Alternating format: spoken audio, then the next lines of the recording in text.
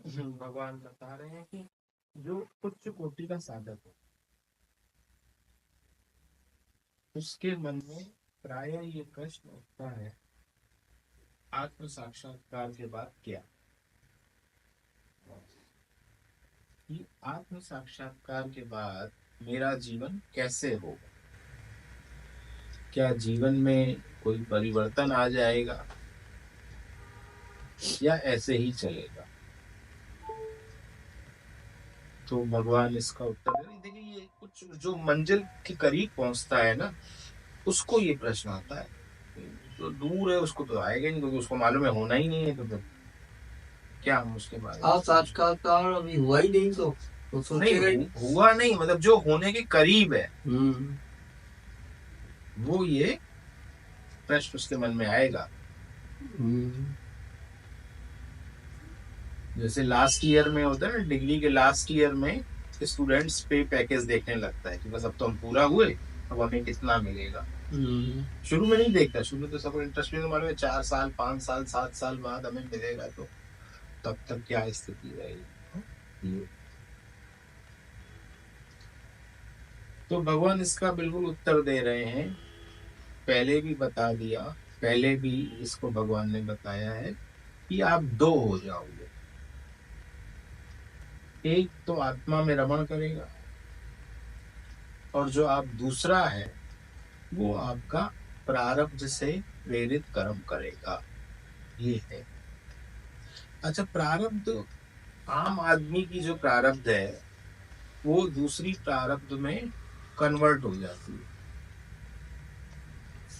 और आत्म साक्षात्कार के बाद वो भुने हुए बीज की तरह दूसरी प्रारब्ध में कन्वर्ट नहीं होती, क्योंकि उसको अब पता चल जाता है कि सब मिथ्या है और गुण गुणों में बंट रहे हैं। अगर एक भी गुण खत्म हो जाए, मान लीजिए तामसिक गुण खत्म हो जाए या राजसिक खत्म हो जाए या सात्विक खत्म हो जाए, सृष्टि डिस्टर्ब हो जाएगी।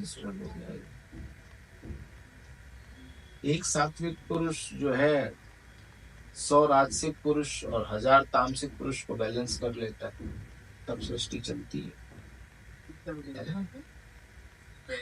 10 राजसिक पुरुष हो और एक सात्विक पुरुष हो, 100 तामसिक पुरुष हो, एक राजसिक एक सात्विक पुरुष हो, तो बैलेंस हो जाता है। नहीं तो सृष्टि में उठापट, और तामसिक हमेशा ज्यादा चाहिए। ये आप देखो, तामसिक हमेशा लालच चाहिए, राजसिक उससे कम, सात्विक सबसे कम। ये यही होता है, ये पिरामिड का आकार होता है। और जब सत्व तक पहुंच गए तो उसके बाद छलांग लगाना है आपको और आत्म साक्षात्कार करना है। अच्छा, कईयों का मन आत्म साक्षात्कार के बाद किसी भी कार्य में नहीं लगता, तो भगवान उनसे प्रार्थना करते हैं कि भाई लोक संग्रह को देखते हुए तुम कर्म करने योग्य हो। गीता में सुना कृष्ण भगवान बोल रहे हैं। और लोक संग्रह क्या है? लोगों को विपरीत मार्ग पर चलने से रोकना लोक संग्रह है। मतलब ज्ञानी निठल्ला बैठ जाएगा तो लोगों को लगेगा कि शायद हम निठल्ले हो जाएं तो हमको आत्म साक्षात्कार हो जाएगा। ऐसा तो नहीं है कि आप कुछ ना करो और आपको आत्म साक्षात्कार हो जाए। आत्म साक्षात्कार की तो एक विधि है ना, कि पहले श्रवण करना पड़ेगा, फिर मनन करना पड़ेगा, फिर निध्यासन करना पड़ेगा, उसके बाद आत्म साक्षात्कार होगा। मतलब कुछ भी ना करें, ना श्रवण करें, ना मनन करें, ना निध्यासन करें, ना गुरु की सेवा करें, ना अपने शरीर का ध्यान रखें और आत्म साक्षात्कार हो जाए, ऐसा तो होगा नहीं। अब कोई कहते थे ठाकुर जी कुछ नहीं करते थे तो हम भी कुछ ना करें, तो वो ये प्रश्न माँ शारदा के सामने आया। नए नए सन्यासी आए तो स्वामी विवेकानंद ने उनको काम पर नियुक्त किया कि एक भंडारे की व्यवस्था करेगा, एक बिल्डिंग को संभालेगा। कितना बड़ा है बेलूर मठ, एक सफाई की व्यवस्था करेगा, एक मैगजीन बुक्स छापेगा, एक वेद उपनिषदों पर वो करेगा प्रवचन। तो कई सन्यासी आए माँ शारदा के पास कि ये स्वामी जी मुझसे कौन सा काम करवा रहे हैं, ठाकुर जी तो ये करते नहीं थे। तो मैंने कहा ठाकुर जी की स्थिति और तुम्हारी स्थिति में बहुत फर्क, तुम सीख रहे हो, वो सीख चुके थे। आत्म साक्षात्कार के बाद आप सारे कार्य छोड़ दें तो आपको शास्त्र की सम्मति है, क्योंकि भगवान ने गीता में पहले ही बोला है कि जो आत्मा से आत्मा में तृप्त रहता है उसके लिए कोई भी कर्तव्य नहीं है। लेकिन आत्म साक्षात्कार के पहले ये संभव नहीं है। कुछ न करके भी आप कर्म बना रहे हैं और अंतोगत्वा आप तामसिक योनियों में, जिसमें हिलना डुलना कम होता है, अजगर है ना, तमाम ऐसे जानवर हैं जो बहुत कम मूवमेंट करते हैं, पड़े रहते बिलों के अंदर, आप वैसे बन जाओगे ना। कोई मुक्ति थोड़ी मिल जाएगी कि हम जड़ बन जाएं और हमको मुक्ति मिल जाए। ये बहुत गलत धारणा है और इसको ठीक करना बहुत जरूरी है। लोग यही समझते हैं भक्ति का मतलब है कि सबको छोड़ छाड़ के बैठ जाओ। अरे नहीं भाई, पहले तो श्रवण, और श्रवण के लिए आपको शरीरम खलु धर्म प्रथम साधनम, पहले तो आपका शरीर सही होगा तभी तो आप श्रवण कर पाओगे। तो श्रवण के लिए शरीर की देखभाल, और अगर सामर्थ्य है तो गुरु सेवा, उससे श्रवण जल्दी लगता है, बगैर सेवा के श्रवण बहुत देर से लगता है। फिर दशवंत, तो इस तरह बढ़ाते चलना है, और जब एक दिन आ जाए सर्वस्व अर्पण हो जाए तब निध्यासन शुरू होता है। सर्वस्व अर्पण दशवंत से शुरू होता है श्रवण। श्रवण का फायदा ही दशवंत के बाद है, उसके पहले तो आप विंडो शॉपिंग कर रहे हैं।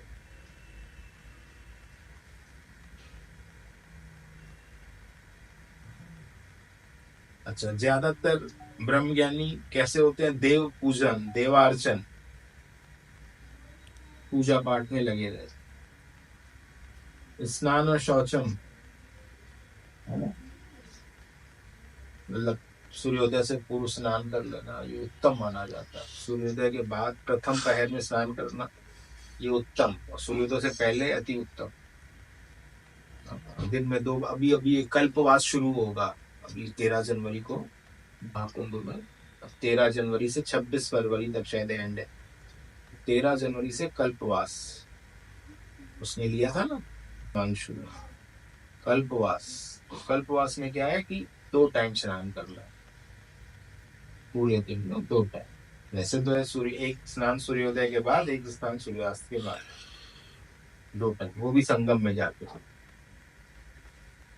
हाँ, पर वो सूर्योदय सूर्यास्त वाला नहीं, तो पूरे दिन में 2 टाइम। शौच, अंदर बाहर की शुद्धि, ये अब किसी को स्पर्श नहीं करेंगे।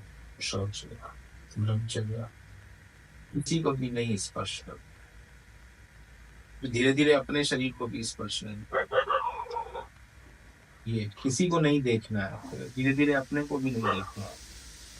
मौन, ये भिक्षा दो, मतलब जीव को पार्जन की व्यवस्था करना, मतलब आपको साधना करने के लिए भी तो संपत्ति चाहिए चाहिए, खाना पीना इसकी व्यवस्था करना। आप अगर खुद खाना बनाएंगे तो भी आपको सामान लेने तो जाना ही पड़ेगा, तो वो सब साधना में आ जाता है। अगर वो उसका ऑब्जेक्ट क्या है ना, भगवान कह रहे भावग्राही जनार्दन।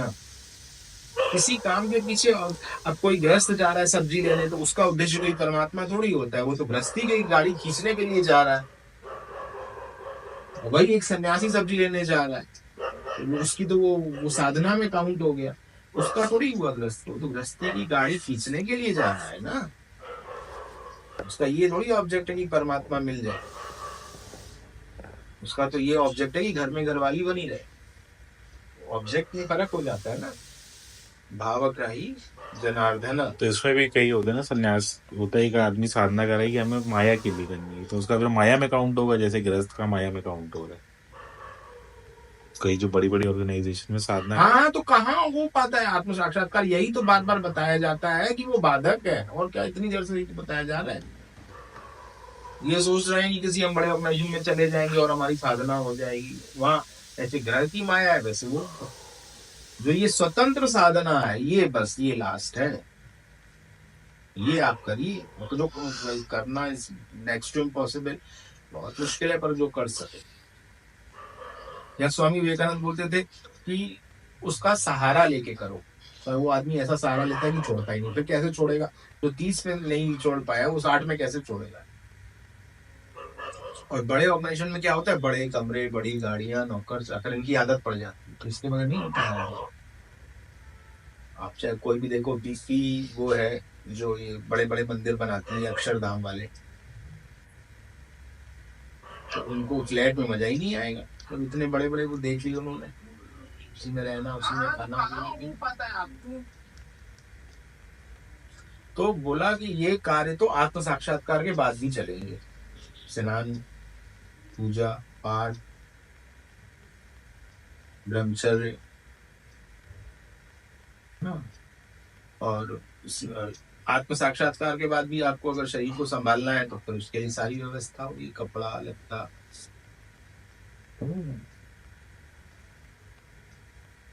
और फिर भगवान कह रहे हैं फिर वो जप करता है, क्योंकि और तो उसको काम होता नहीं है। कारम जपतु, और पठत्व आमन्यम स्तकम, फिर वो शास्त्रों का अध्ययन भी जारी रखता है। आत्म साक्षात्कार के बाद भी जारी रख सकता है, फिर जरूरत तो है नहीं, देखो उसकी जरूरत तो है नहीं, लेकिन लोक संग्रह की दृष्टि से अगर हम पढ़ेंगे तभी तो हम किसी को बता सकते हैं। भाई हमने हाई स्कूल पास कर लिया, तो हमने हाई स्कूल किताब याद थोड़ी है। याद तो तब होगी ना जब हम लगातार उसको टीचिंग करते रहे। तो लोक संग्रह की दृष्टि से इसको फिर बोला ना, ब्रह्म ज्ञानी को खोजे महेश्वर, ब्रह्म ज्ञानी आप परमेश्वर। देखिए हर कोई काम कर रहा है किसी इच्छा से, सिर्फ ब्रह्म ज्ञानी है जो निरीक्षण से। अब ब्रह्म ज्ञानी इस पद पर है कि उसको कोई दूसरा क्या दे सकता है, बस इंतजार किस बात का है, शरीर को छोड़। उसके बाद उसका कोई भी साधक हो, चाहे करोड़पति हो, चाहे अरबपति हो, चाहे वर्ल्ड का सबसे रईस व्यक्ति, उसको दे क्या सकता है? ब्रह्मांड के रचयिता को आप क्या दोगे?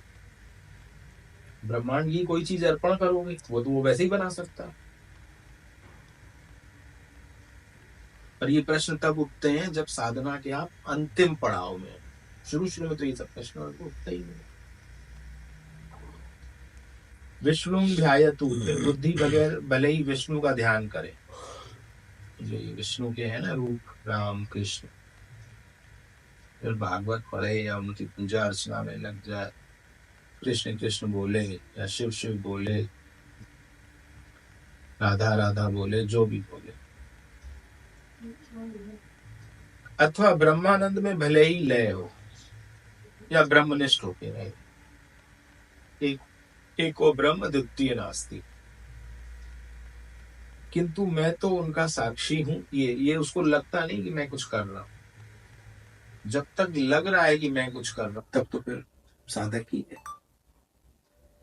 उनका साक्षी हूं मैं, न तो ये कार्य करता हूं न करवाता हूं, ऐसा निश्चय भी होता है। टोटली फ्री, क्योंकि राजन ज्ञानी पुरुष शास्त्रीय कर्म करते हुए भी किसी प्रकार से अपनी हानि नहीं करता। शास्त्रीय हो अशास्त्रीय हो, कुछ भी हो, अशास्त्रियों से भी उसको कोई मतलब वो नहीं होता, शास्त्रीय से भी उसका कोई मतलब किसी भी कर्म से, चाहे वो कर्म का कोई भी रूप हो, चाहे कर्म तन से हो, जप है वो आप तन से करेंगे ना, मन से। स्नान वगैरह शरीर की आवश्यकता है, जप करने के लिए मन लगना जरूरी है, मन नहीं होगा तो जप नहीं कर पाओगे।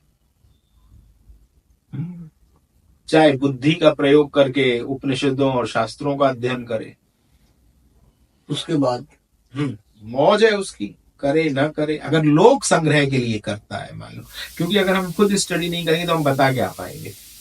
हम तो रास्ता चल गए, मंजिल मिल गई, अब हम भूल गए सब, है ना। उसके लिए जरूरी है जो कॉन्टिन्यूअस रीडिंग करते हैं वही आपको समझा सकते हैं, ये नहीं कि जो चल गया वो आपको समझा सकता है। मान लीजिए चलने के बाद हमारे यहाँ बोलते हैं वेड़े वेराए सब रखे चढ़, मतलब फिर कुछ खोलना नहीं है, सब बंद कर दिया कोई का, तो वो फिर तुमको नहीं बता पाएगा, क्योंकि वो सब अपनी मंजिल पाके वो सब उसको विस्मृति हो गई कि हमको कौन सी तकलीफ आई थी, या इसकी स्थिति क्या है, या इसके मन में क्या है।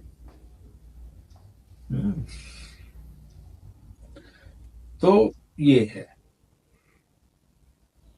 ज्ञानी पुरुष समझता है कि मैं मन, वाणी और शरीर तथा उनके द्वारा होने वाले कर्मों का तटस्थ साक्षी हूं, इसलिए उसका प्रभाव मेरे ऊपर नहीं पड़ता। मैं न तो कर्मों को करता हूं न करवाता हूं। ये है भगवान कृष्ण बोल रहे हैं, पुरुष न करता हुआ न करवाता हुआ ही 9 द्वारों रूपे वाले शरीर रूपी नगर में सुख पूर्वक वास करता है। बस उसको एक ही काम, उसके बाद क्या काम रहता है? प्रारब्ध को काटना। अब वो प्रारब्ध 10 साल की है, 20 साल की है, 30 साल की है, 40 साल की है, 60 साल की है। अभी एक संत 110 वर्ष में गए, वो उनकी प्रारब्ध थी 110 वर्ष तक साधना करने की। अब हम 110 वर्ष तक साधना करी तो उसके बाद कुछ नहीं रहता है। आप घूमो फिरो, खाओ पियो, कुछ भी करो या ना करो, पड़े रहो। कई ब्रह्मज्ञानी पड़े रहते हैं, गुफाओं में चले जाते हैं, एकांत में चले जाते हैं, वही पड़े, और जब तक अंतिम सांस आए उसका इंतजार करते हैं। जहां मरने से जग डरे, मोरे घर आनंद, कब मरिए कब पाइए परम पूर्ण आनंद, ये स्थिति है।